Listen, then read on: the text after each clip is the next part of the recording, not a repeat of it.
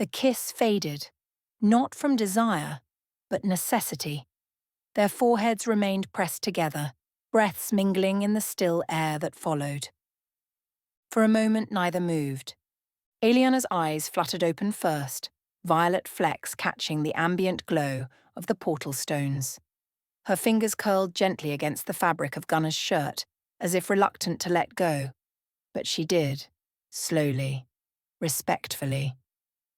Gunner stepped back just enough to look at her.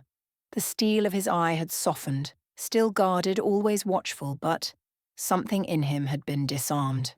Not by weakness, by choice. They didn't speak. The moment didn't need language. At the doorway, just beyond the edge of the stone hall, Maelorion stood.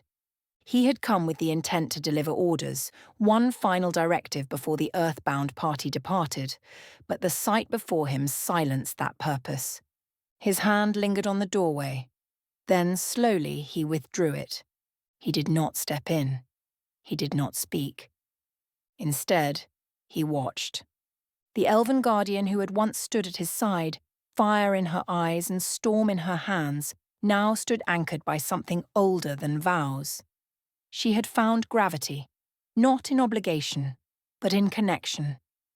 And the man before her, the Wolf of Earth. A title whispered first by soldiers and scouts, then picked up by messengers, until it found root even among the ancient trees of Alfheim. A human, yes, but not just. Bonded to a dire wolf born of another realm, forged in fire, tested by death, and now chosen by fate, perhaps, or by her. Maelorion remembered when she first spoke of him. A human found me after the battle. I was wounded. He didn't ask questions. He protected me anyway.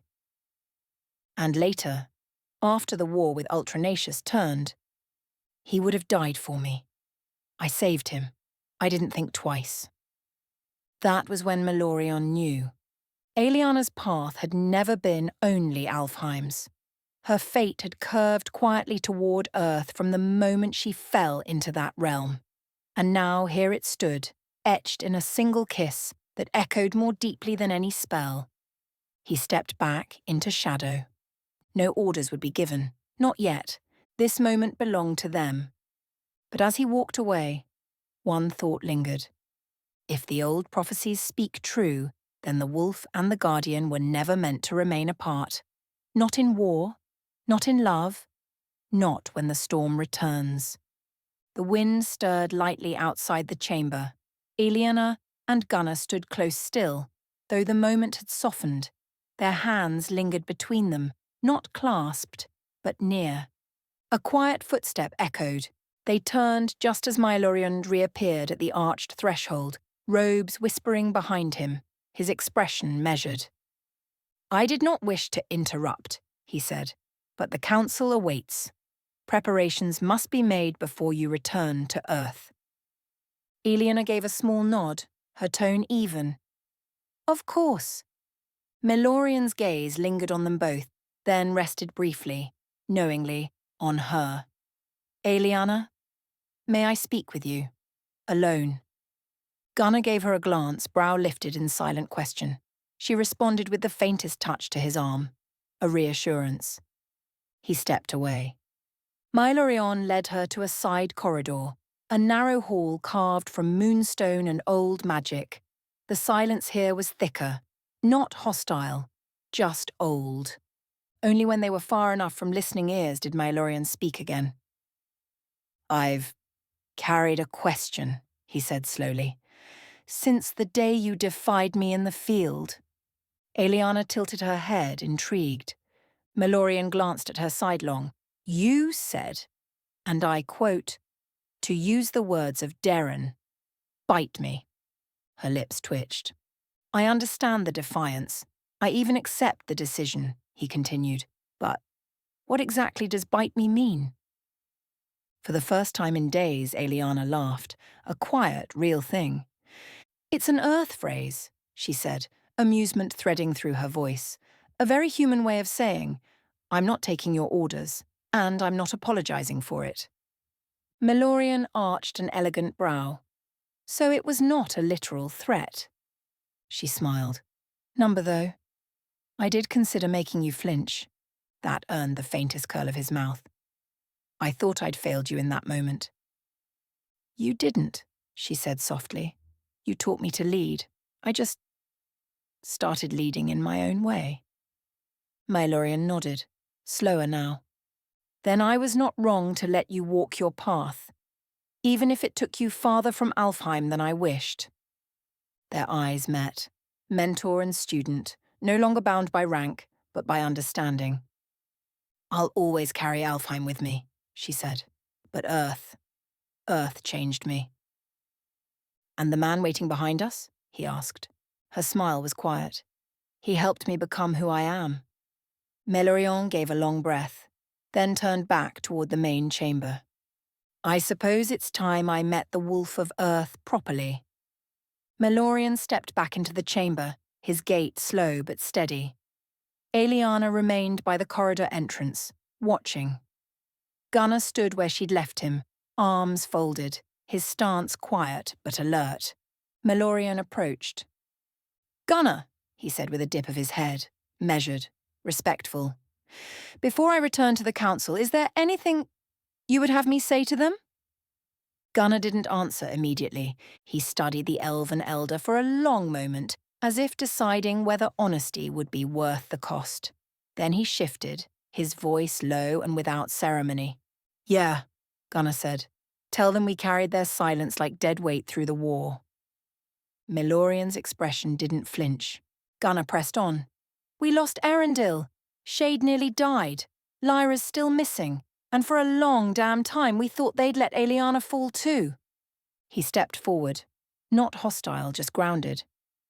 You want something to bring to the council? Tell them the pack won't keep bleeding while they sit on their hands and weigh philosophy against body counts. If they want this alliance to last, it has to mean something.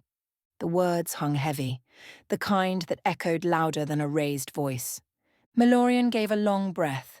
Then he looked up, and for the first time, the faintest spark of rebellion danced in his eyes. I am the head of the council, he said calmly, wielder of the first blade. And if they disagree with me...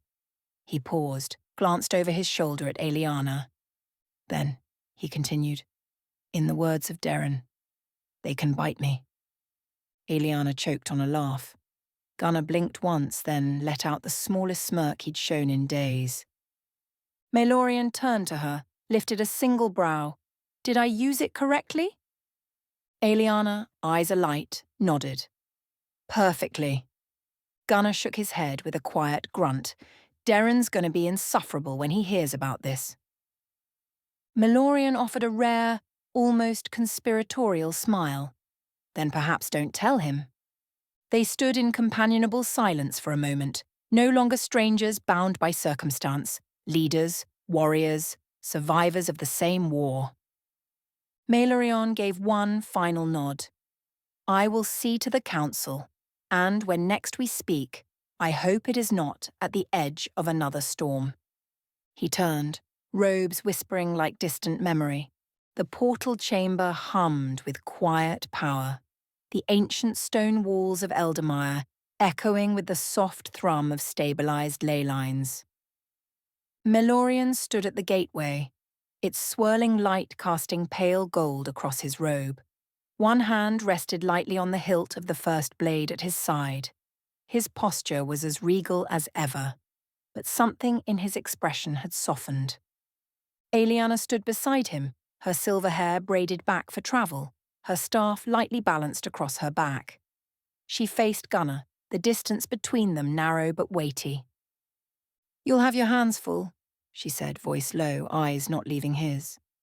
Gunnar gave a quiet grunt. Wouldn't be pack if I didn't. She hesitated, just for a beat, then reached forward, brushing her fingers against the fabric over his heart, near the scar where Ultranacious had once nearly ended him. Don't forget what we've built, she said, even when the world tries to pull it apart. He didn't answer right away, but his cybernetic hand came up, touched her wrist lightly, and held it there for a moment longer than necessary. I won't, he said simply. Maelorion turned to Gunnar. I will speak your truth to the council. Whether they listen is their choice. Gunnar met his eyes. Make them listen. The two shared a look, war-forged and mutual. Then Maelorion stepped toward the portal. He paused only once more, glancing at Aeliana. She lingered for one last heartbeat with Gunnar, then turned and fell into step beside her former master. Just before they vanished into the light, Maelorion looked back, and with a flicker of dry amusement added, "And tell Derren his phrase has already made it to Alfheim." The portal surged, and they were gone. The chamber fell quiet again, empty save for the hum of ley lines and the steady rhythm of footsteps coming from the corridor behind him. Clora had arrived. The mid-afternoon sun burned through the fog above Eldemire, casting long shadows across the fractured stone. From the high balcony overlooking the excavation site, the ruins looked deceptively peaceful. Quiet now, but still heavy with the scars of what had been. Gunnar stood at the edge, arms braced against the iron railing, his single eye scanning the distant ridgelines and the rows of machinery digging through the rubble. His cybernetic hand twitched, an unconscious echo of tension. Behind him, footsteps approached. Clora. She came to stand beside him without a word, Omega pacing silently at her side. The wolf's golden eyes mirrored hers, watchful, wary, and tired. For a long moment, they simply looked out over the site together. Then Gunnar spoke, his voice low. 17 dead, he said. 42 wounded, 23 critical. Erendil was one of the first to fall. Clora's jaw tightened, but she didn't interrupt. Shade's recovering, Gunnar continued, but he's not ready. Eli took a hit, ribs mostly, and some kind of internal damage from the ley line surge. Katrina survived Andolin's blade, but just barely. Jules stabilized her. A breath, then another. Beta's alive, battered, but she didn't leave Ashley's side, even during the worst.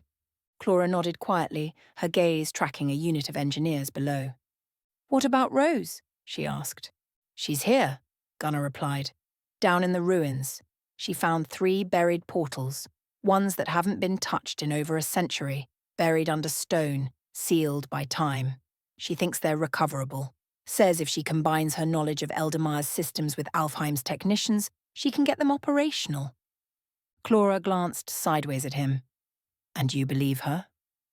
"I do," Gunnar said simply.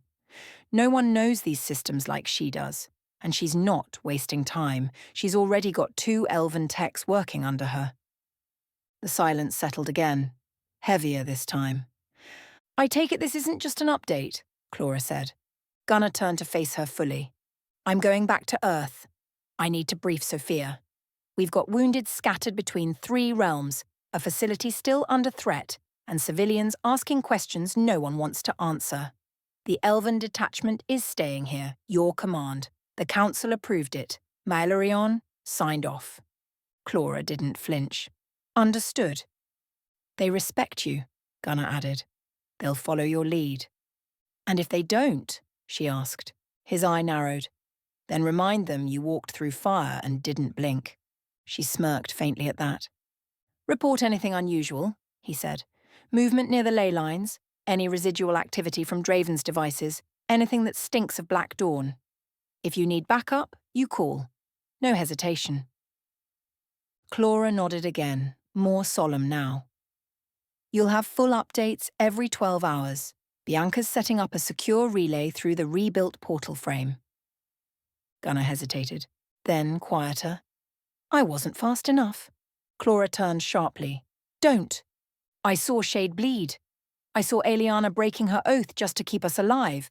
The council stood still while we burned. That happened on my watch." She stepped in front of him, her voice like flint. "You held the line, you made the hard calls, and you walked out of that fire so the rest of us could. We didn't all make it, but most of us did. Because of you." He didn't answer, but he didn't look away either. Clora let it rest there. Then Omega brushed against her leg, and she turned toward the stairwell. "We'll hold the line here. You go put the pieces back together," she said.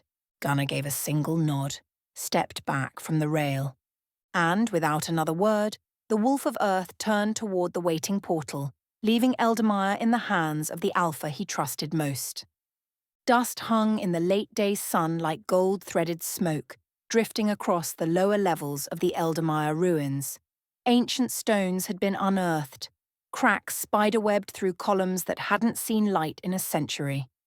And at the centre of it all, like a skeleton being coaxed back into place, a portal frame groaned as it was guided down onto a newly reinforced platform. Rose stood at the edge of the platform scaffold, arms folded, firelit hair pulled into a loose knot at the nape of her neck. Her eyes flicked between the rigging tension lines and the arcane stabilizer plates, now glowing with elven runework. Every creak, every strain, she heard it all. Below her, two of Alfheim's portal technicians called adjustments in their native tongue. To their left, engineers from the 5077th flanked the frame with slow, careful precision.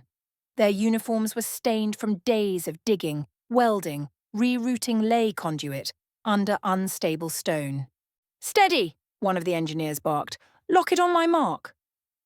Rose didn't flinch. This wasn't her first portal recovery, but it might be the most important. The frame itself was old-world Concordian, thick with ornamental etching, partially cracked at the base but still salvageable. It had taken 3 days to locate it beneath a collapsed wing of the ruins. Now it hovered, suspended by a combination of arcane lift and brute engineering. Down 6 inches, 5, 4, mark. With a low metallic groan and a surge of stabilizing glyphs, the portal settled onto the new platform. Arcane anchors engaged one after another. Click, click, hum, until the base glowed with soft, clean light. It wasn't functional, not yet, but it was breathing again. Rose exhaled through her nose. "Not bad," she murmured. One of the elven technicians looked up. "It's stable for calibration. If we can recover the other 2, we might rebuild the Nexus." "We will," Rose said. Her tone left no room for doubt. The elf inclined his head and returned to the diagnostic array. She stayed a moment longer, watching the team move, humans and elves side by side, setting up relay channels, arc conduits, energy regulators. Somewhere far above, Clora was taking command. Somewhere beyond the veil, Aeliana and Maelorion were dealing with politics. But here, Rose was in her element, restoring what had been lost and rebuilding the infrastructure that would one day move armies, supplies, and power across worlds. She pressed her palm lightly against the old stone rail, feeling the pulse of residual energy hum faintly beneath it. Almost there, she thought. One portal at a time. The reinforced portal flared once, brief, silent, precise, and then spat Gunnar back into the workshop's central platform with a low hum of residual magic and static energy. He didn't stagger, didn't flinch. He just stepped off the activation circle, boots echoing on the metal floor, cybernetic hand flexing once out of instinct. The scent hit him first. Oil, scorched steel, and just a hint of sage. Earth. Home. The clatter of tools and the low murmur of conversation led him toward the garage bay. He didn't make it 3 steps before a voice called out behind a half-covered tarp. "Hey, look who the portal dragged in!" Derren stepped out from behind the armoured shell of a military-grade UTV, grease smeared across his forearms and a welding mask pushed up on his head like a makeshift crown. Beside him, Caleb leaned against the frame, sipping from a thermos and looking way too smug for someone who just spent 6 hours hauling military cargo. Gunnar arched a brow, nodding toward the new machine. "Where the hell did that come from?" Derren grinned. "You told me to build a second Wolfmobile, so I did." Gunnar narrowed his eye. "I told you to prepare for the possibility." Derren shrugged. "You know how I interpret vague orders." "Creatively," Caleb offered. "Expensively." Derren pointed a greasy finger at him. You're still on clean-up duty for the last time we tested armor integrity against that loading dock? Caleb just raised his thermos like a toast. Gunnar stepped closer, running his hand along the matte black hood. The frame was sleeker than the original, wider stance, modular armor panels, turret mount already half-wired with Eli's enchantment conduit system coiled beside it on the workbench. He grunted approvingly. This one got teeth yet? Not yet, Derren said, but she's hungry. Caleb tapped the side of the rear gate. 10,000-round mag on the feed line. I already called dibs on the turret. Then I guess you're riding with me, Gunnar said, eyeing the layout. Derren clapped his hands once. Wolfmobile 2, Earthside Menace. Let's make her howl. Gunnar stepped out of the main bay, leaving the sounds of Derren and Caleb's banter behind. The cool outside air hit him, laced with diesel, fresh-turned earth, and the sharp tang of arcane coolant from nearby leyline regulators. The field just beyond the workshop was alive with motion. Elves and human engineers working side by side, pallets being sorted, cables spooled, arc pylons flashing steady light. A cluster of soldiers in the 5,077th uniforms were guiding in a fresh stack of pallets through the portal's reinforced platform. On them, chunks of a compact excavator, meticulously broken down for transport. Two of the soldiers wrestled one of the heavier tracks off a pallet, clearly still catching their breath. One of them spotted Gunnar approaching. "Sir!" He straightened instinctively. The others followed, nodding respectfully. "Didn't think we'd get this thing through the portal," the soldier said, patting the chassis section. "We've been breaking it down all morning." Gunnar nodded, giving the machine a once-over. "Nice work. That excavator will be worth its weight in blood if it clears the West Trench network." The soldier grinned. "That's the plan." Then, a glance toward the arc stabilizers still under construction nearby. "Any idea how long before the new portal frame's finished?" he asked. "We've got graders and a second crawler stuck on Earth waiting for clearance." Gunnar cracked a rare smile. "Give Rose another 72 hours with her tech crew, and the elves don't screw up the conduit line. We'll have a frame wide enough to walk a tank through," he said. "Maybe even a Derren-sized ego." A few chuckles rolled through the crew. "You're doing good work," Gunnar added, his tone shifting just enough to land the respect. "Every piece you drag through keeps this place alive. Keep it moving." The engineers nodded, reinvigorated. As they went back to their tasks, Gunnar stepped to the side, watching the careful dance of machines, magic, and manpower unfold. This was how they rebuilt a war, one pallet at a time. The hallway to the infirmary was quieter than Gunnar remembered. No alarms, no distant shouting, just the soft click of his boots and the faint rhythmic hum of the portal core echoing down the corridor. He paused outside the recovery wing, hand brushing the doorframe before he stepped through. Inside, the room was lit with a soft overhead glow. No machines, no noise. Just Elizabeth, sitting upright on the edge of her bed, slipping her boot over her brace with practiced efficiency. The scar down her left temple caught the light, a thin silver line disappearing into her hairline. Her left leg moved stiffly, deliberately. She didn't look up. "You waited a week," she said, voice dry. Gunnar closed the door behind him. "Didn't want to hover." Elizabeth glanced over, sharp eyes sweeping him head to toe. "Didn't want to face it," she corrected. He didn't argue. She stood slowly, testing her balance. The limp was there, but the strength behind it hadn't diminished. She picked up her coat from the chair, draped it over her shoulder and walked toward him. "Facility's still standing," he said, watching her pace. Elizabeth snorted. "Barely, and only because Sofia and Reagan threw half of Homeland's funding into fortification. You're not in charge anymore, Gunnar. You don't have to act like every cracked wall's your fault." He looked at her. One brow lifted slightly. "Doesn't stop it from feeling like it is." She softened, just a little. "I read the early reports," she said. "Erendil's gone." He gave a short nod. "Shade's recovering." Elizabeth exhaled slowly, then crossed her arms, leaning slightly on the metal desk. "You ever wonder if we built this place just to watch it fall apart around us?" Gunnar's answer was quiet.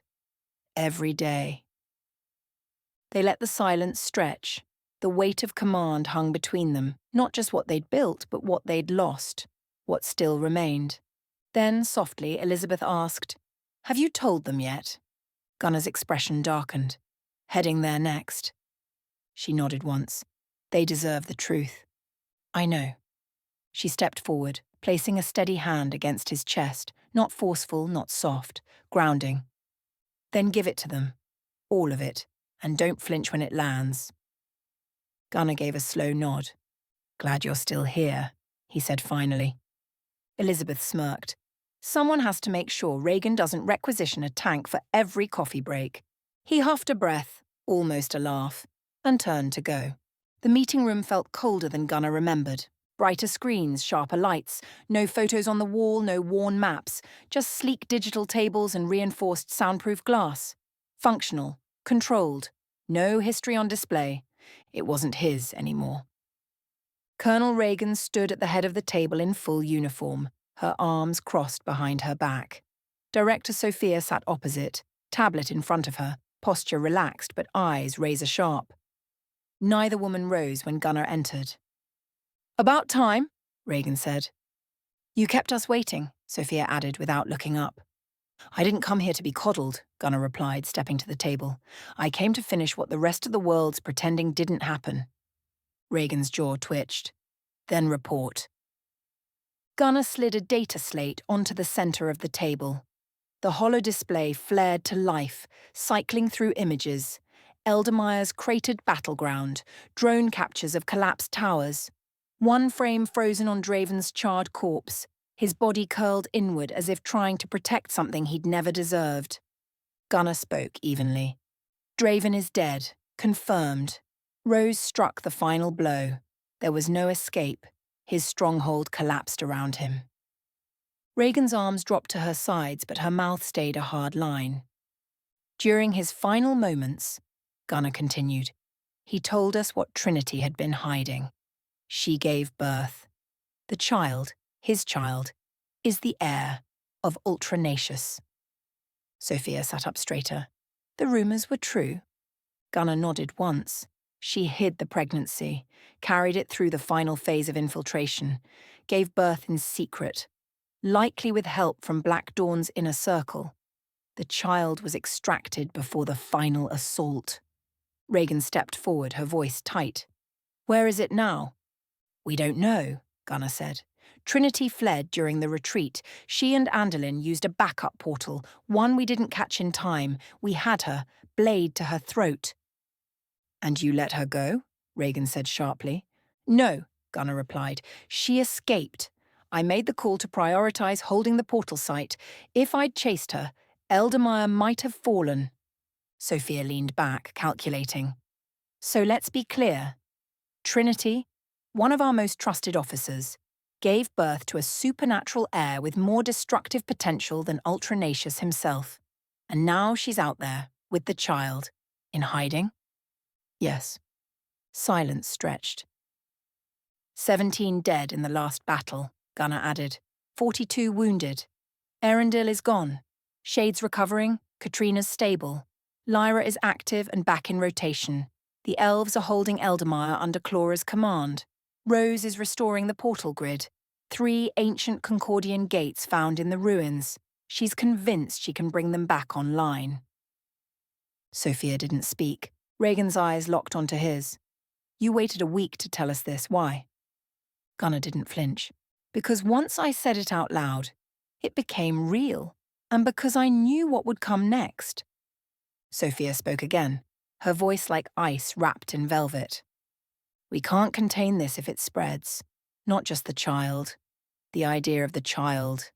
Panic, rebellion, factions." Reagan leaned in. "What's the play?" Gunnar stepped closer to the table. His voice was low, steady. "We find them. We hunt Trinity. We track the child. We tear down every last ember of the Black Dawn. And we do it quietly.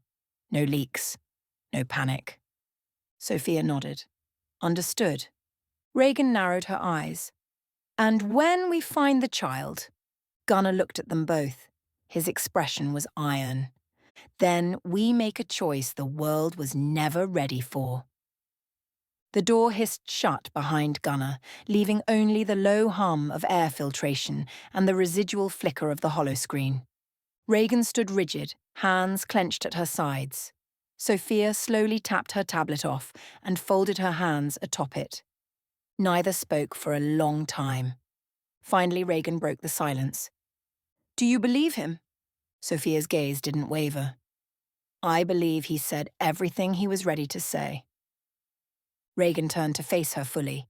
"You've seen what Ultranacious did, what Draven tried to finish. You're telling me we now have a living heir to that bloodline, and you want to play it quiet?" Sofia didn't blink. "What I want is irrelevant. What's necessary is control." "And if that child grows into something worse?" Reagan pressed. Sofia's voice was calm. "Then we eliminate the threat, quietly, efficiently, without setting the realms on fire." Reagan's jaw tightened, but she said nothing. Sofia stood smoothing her coat. "We were both trained by Gunnar, but don't mistake his silence for weakness. He's already decided what needs to be done. He just hasn't told us yet." Reagan crossed her arms. "He'd better. Because if I have to choose between duty and legacy, I won't blink." Sofia met her eyes. "Neither will I." The tension lingered for one last breath. Then both women turned back to the table, two leaders now carrying the weight of a secret the world could never afford to learn.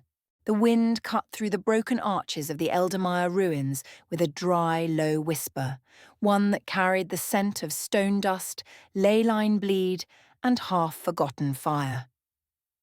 Rose stood near the first stabilized portal, her hand resting lightly on the carved edge of the frame. It hummed faintly beneath her fingers, the glyphs holding steady. Breathing again. Below her, crews worked with practiced rhythm. One team rerouted power to a lay anchor. Another adjusted lift lines over the next buried frame. The elves were efficient, her human techs competent. The foundation had been rebuilt. And yet, she hadn't moved from that spot in nearly 20 minutes. "Still watching your empire from the ledge," came Clora's voice from behind. Rose didn't turn. "It's not an empire, just a ruin we haven't lost yet." Clora stepped up beside her, Omega padding silently at her heel. "They've got it under control. The framework for the second portal is exposed. The calibration teams are ahead of schedule. You trained them well." Rose finally looked over. "You didn't come all the way down here for a pep talk." Clora gave a small nod. "Number, I came to tell you it's time to go." Rose arched a brow. "Not forever," Clora added. "Just home. Back to the brownstone. Back to people who don't reek of burnt conduit and ley-wire flux." Rose gave the faintest smirk, but her arms stayed crossed. "You've done more than enough," Clora said gently. "You got the first portal breathing. You kept this city from staying buried. Let them finish digging. I'll oversee the final installation, and I'll let you know the moment they're ready for your detailed touch." Rose was quiet for a long beat. Then, "And if they screw it up?" "I'll burn them for you," Clora replied flatly. That earned her a small, genuine laugh. A few paces away, Eli stood by a diagnostics console, bracer gloves dimming to stand by. Clora turned to her. "And you're done here too." Eli blinked. "Excuse me." "Your hands are shaking. Don't think I didn't notice. You've been running diagnostics and enchantment loops without rest for 3 days." Eli started to object, but Clora held up a hand. "No debate. You're going back with Rose. Regroup. Rest. Get your edge back. I need you sharp when this city wakes up." Eli exhaled through her nose. "You always this bossy now, or just when Gunnar's not around?" Clora smiled faintly. "I outrank you. Get moving." Eli muttered something under her breath but didn't argue further. She started packing up her gear. Rose looked down one last time at the glowing archway. Then she spoke, quiet and measured. "If anything shifts, if Black Dawn shows up, if the ley line surges, I'll call," Clora said, no hesitation. Rose nodded slowly, then turned to Omega, who had been watching her with unsettling intelligence. You keep her out of trouble, she told the wolf.